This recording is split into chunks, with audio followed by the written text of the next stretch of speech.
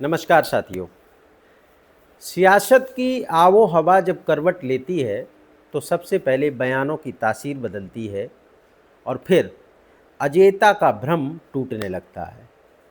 कल तक जो राजनीति पश्चिम बंगाल से लेकर दिल्ली तक हर चुनाव को एक तरफा मानकर चल रही थी, आज उसी चौखट पर सवालों की कतारें लंबी हो गई हैं। अयोध्या की जमीनी सरगोशियों से निकलकर छात्र आंदोलन, यूजीसी और पेपर लीक के विवादों तक एक बात तो साफ हो चुकी है कि जब बात युवा के भविष्य और रोजगार पर आती है तो बड़े से बड़ा नैरेटिव भी दरकने लगता है।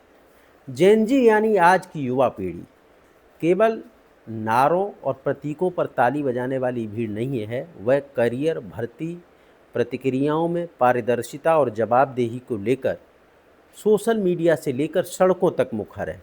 जब शिक्षा व्यवस्था और रोजगार में अविश्वास की खाई चौड़ी होती है तो उसका सीधा असर सत्ता के उस इकबाल पर पड़ता है जिसे वो अपना सबसे मजबूत पक्ष मानती है।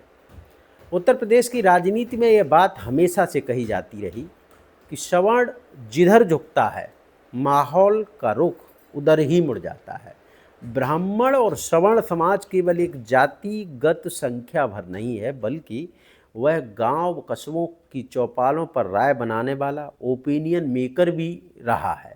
जब इस वर्ग को यह लगने लगता है कि सत्ता में उसकी राजनीतिक हैसियत सिर्फ एक बंधे बनाए वोट तक सीमित कर दी गई है और प्रशासनिक व्यवस्था में उसकी अनदेखी हो रही है, तब वही वर्ग धीरे धीरे मुखर होकर व्यवस्था के खिलाफ माहौल बनाना शुरू कर देता है।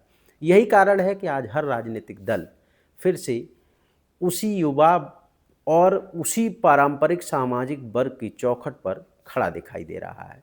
अस्मिता और भावनाओं की राजनीति चुनावी लहर तो बना सकती है, लेकिन जब घर में बैठे नौजवान का भविष्य दांव पर हो, महंगाई और उपेक्षा का दर्द गहरा हो, तब मतदाता दल से पहले अपनी ज़मीनी हकीकत देखता है। सत्ता के अजय होने का गुमान हमेशा ज़मीनी असंतोष की ठोकर से ही टूटता है और आज उत्तर प्रदेश के गलियारों में तैरते सवाल कुछ यही कह रहे हैं।